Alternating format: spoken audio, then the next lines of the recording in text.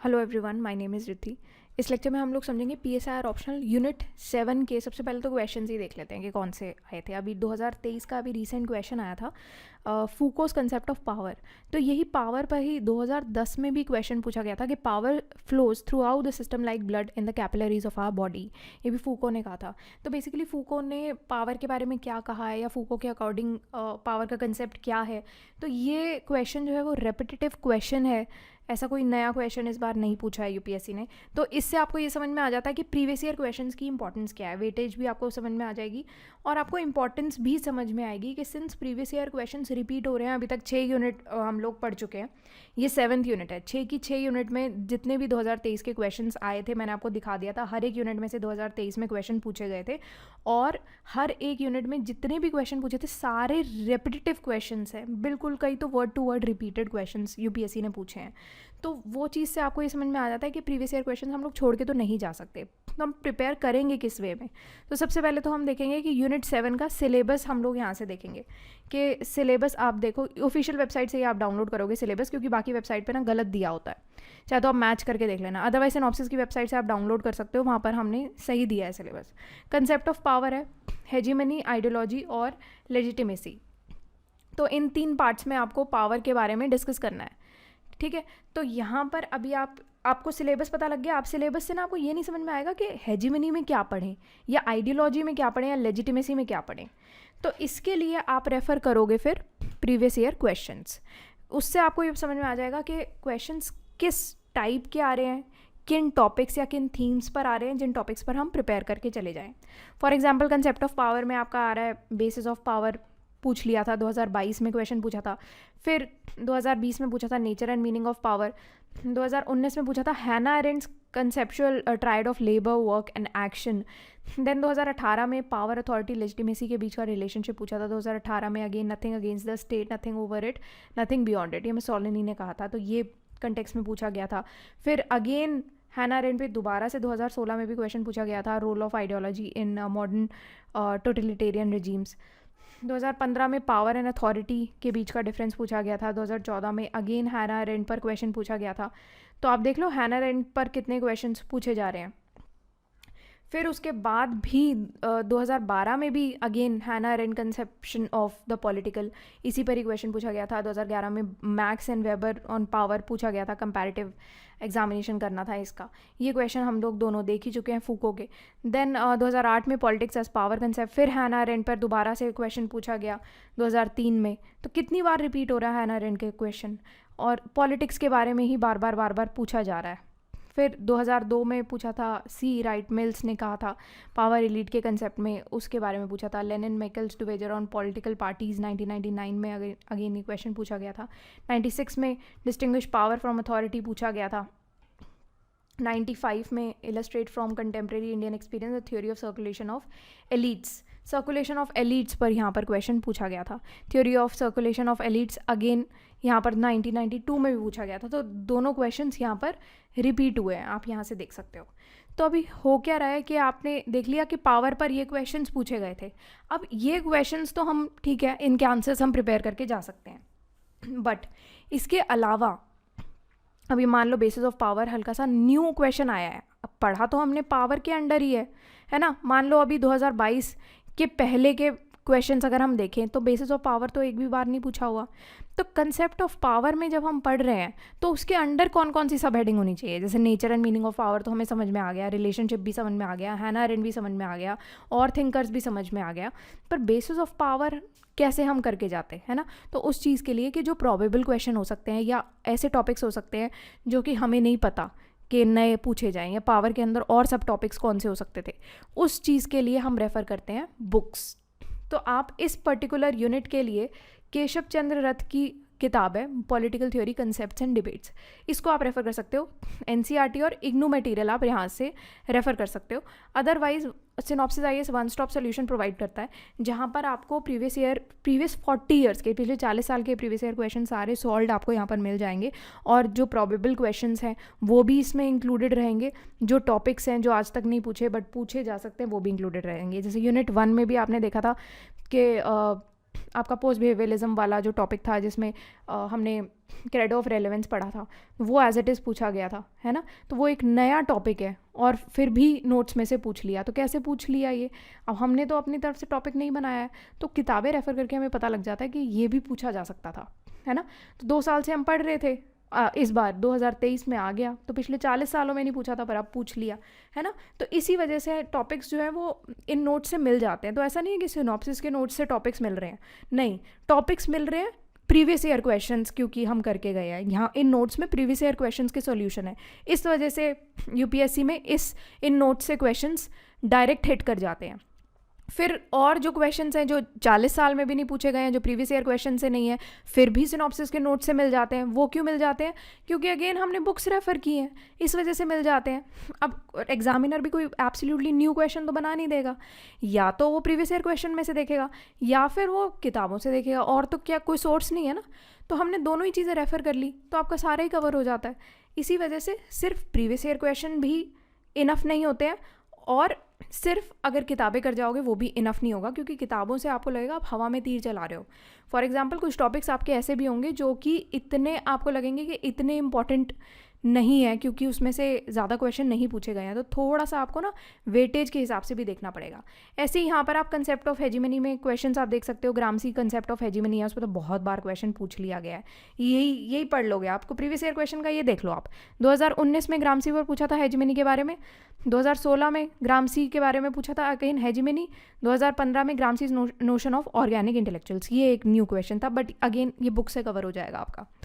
2013 में पूछा था ग्रामसी अगेन हेजिमनी डोमिनेशन के बीच का डिफरेंस। 2008 में ग्रामसी कंसेप्ट ऑफ हेजिमनी पूछा था।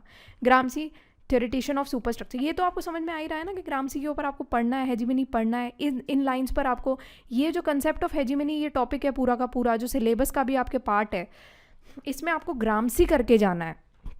ये तो इतना तो समझ में आ ही रहा है ना, बार बार ग्रामसी के क्वेश्चंस देख के।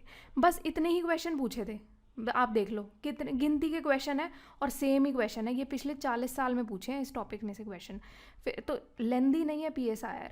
तो ये जो मार्केट में वो बना हुआ है ना कि अरे PSIR तो बहुत बड़ा है, ऐसा नहीं है। आप प्रीवियस ईयर क्वेश्चन उठा के तो देखो एक बार, और अपने जहाँ के भी अगर आप कहीं और के नोट्स कर रहे हो ना, उसमें से चेक करो कि आपके प्रीवियस ईयर क्वेश्चन उसमें सॉल्व हो रहे हैं कि नहीं हो रहे तो कोई फ़ायदा नहीं है। आप खुद देख रहे हो, यहाँ पर खुद से देखो, समझो, लोगों की बातों में मत आना। लोगों का कुछ नहीं जाता, उनको बस पैसे लेने हैं, अपनी कोचिंग चलानी है बस, और कोई फ़ायदा नहीं है उनका। आप अपने हिसाब से देखो कि आपके नोट्स में ये क्वेश्चंस मिल रहे हैं या नहीं मिल रहे, फाड़ के फेंक दो उन नोट्स का, कोई फ़ायदा नहीं है, कचरा पढ़ रहे हो आप लिटरली।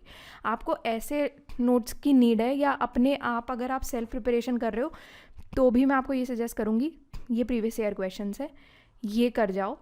और इनफैक्ट यहाँ पर मैंने स्ट्रक्चर यहाँ पर आपको बना के दिया हुआ है, किसी को चाहिए यहीं से ही नोट करो आप कि ये स्ट्रक्चर है पूरा का पूरा, कि आपको कौन कौन सी सब हेडिंग्स में प्रिपेयर करना है। ये स्ट्रक्चर बना है प्रीवियस ईयर क्वेश्चंस और बुक्स को इंक्लूड करके, जो आएगा यहीं से ही आएगा आपका। फॉर एग्जांपल पावर है, कंसेप्ट ऑफ पावर में आप पहले क्या करोगे, इंट्रोड्यूस करोगे उसको कि होता क्या है, फिर थिंकर्स पर्सपेक्टिव बताओगे पावर में, फिर नेचर ऑफ पावर क्या है, फिर फॉर्म्स ऑफ पावर कौन सी है। इसी में आप पॉलिटिकल पावर के बारे में थोड़ा सा डिटेल में बात करना, क्योंकि पॉलिटिकल पावर पर काफ़ी सारे क्वेश्चंस यूपीएससी ने पूछे हैं, इसलिए अलग से इसको डिटेल में आप मेंशन करोगे। बाकी की फॉर्म्स ऑफ पावर भी आप यहाँ पर मेंशन कर दोगे। फिर यहाँ पर आप लिखोगे रियलिस्टिक पर्सपेक्टिव रिगार्डिंग पावर, फिर difference between power and authority कौन कौन सी हैं, पावर, अथॉरिटी, रिलायंस क्या है on authority affecting the nature of power, ये तीनों हम पढ़ेंगे। तो जो क्वेश्चन नहीं पूछे गए हैं आज तक वो भी आपके यहाँ पर कवर हो जाएंगे। फिर आपकी थ्योरीज ऑफ पावर आएंगी, जहाँ पर फूको के बारे में बताओगे आप, ऑन पावर क्या कहा था।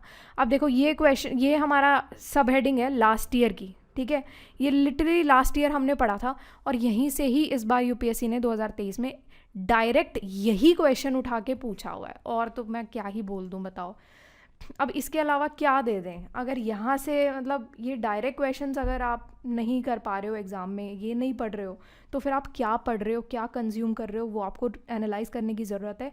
ये हाई टाइम है, अगर चाहे आपने 4-5 साल किसी कोचिंग को दे दिए हों, पर आपको ये भी तो देखना है कि उस कोचिंग से आपका एग्ज़ाम निकल नहीं रहा है, तो आपको एक नए पर्सपेक्टिव की नीड है, नए अप्रोच की नीड है। हो सकता है आपकी अप्रोच गलत जा रही है, तो अपनी अप्रोच खुद एनालाइज करो और इधर उधर की कोचिंग पे रिलाई करने से बेटर है कि आप यूपीएससी का ही सिलेबस उठाओ, ऑफिशियल सिलेबस, उसी की हेडिंग्स प्रिपेयर करो।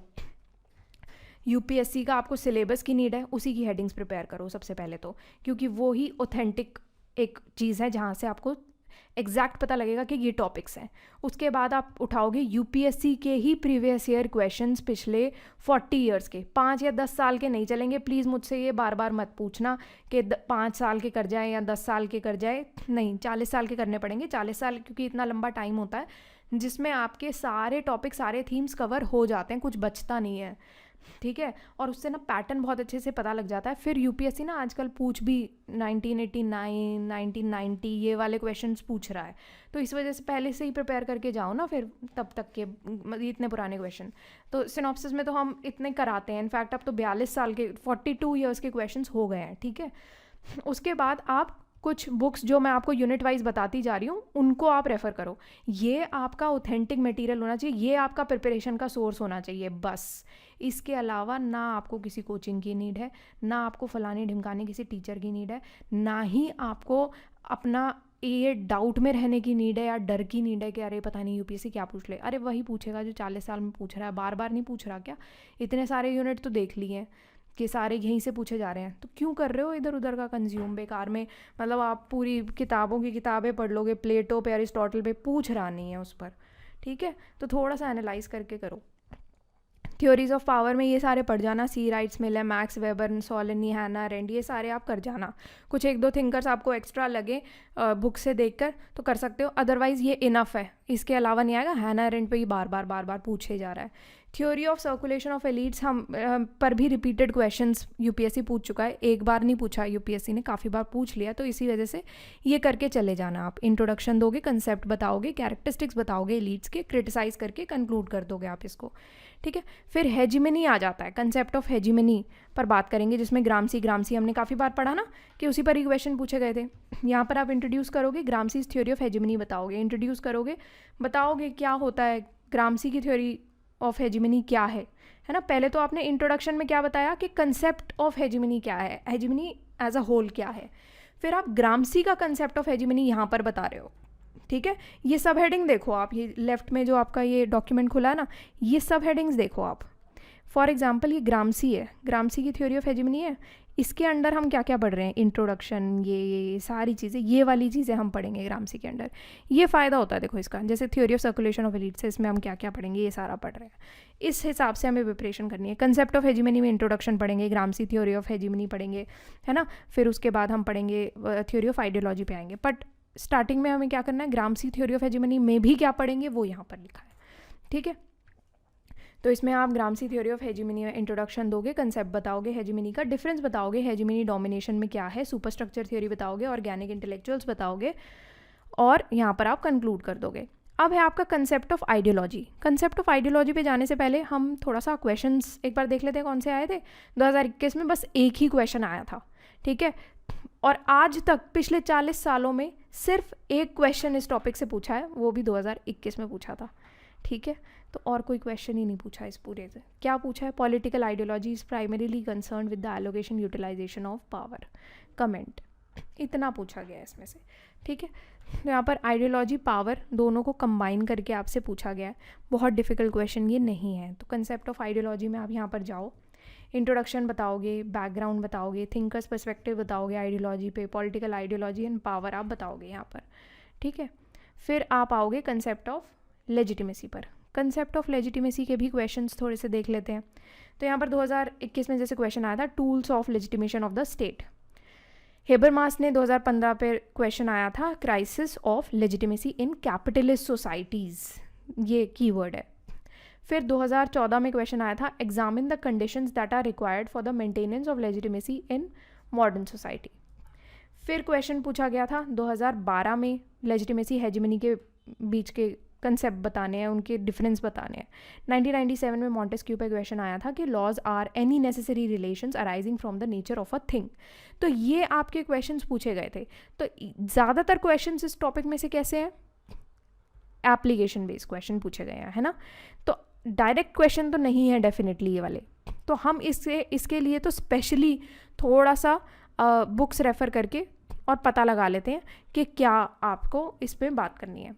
तो पहले तो कंसेप्ट ऑफ लेजिटिमेसी ही बता दोगे आप, इंट्रोडक्शन दोगे। जब भी कोई टॉपिक पूछा जाता है ना, सबसे पहली चीज़ आपको ध्यान रखनी है कि उस टॉपिक का आपको डेफिनेशन दे देनी है उसमें सबसे पहले तो, कि ये होता क्या है। अगर मैं आपसे लेजिटिमेसी का कंसेप्ट पूछूं, एक लाइन में मुझे जवाब दे दो, 1 से 2 लाइन में, कि लेजिटिमेसी है क्या, कंसेप्ट है क्या।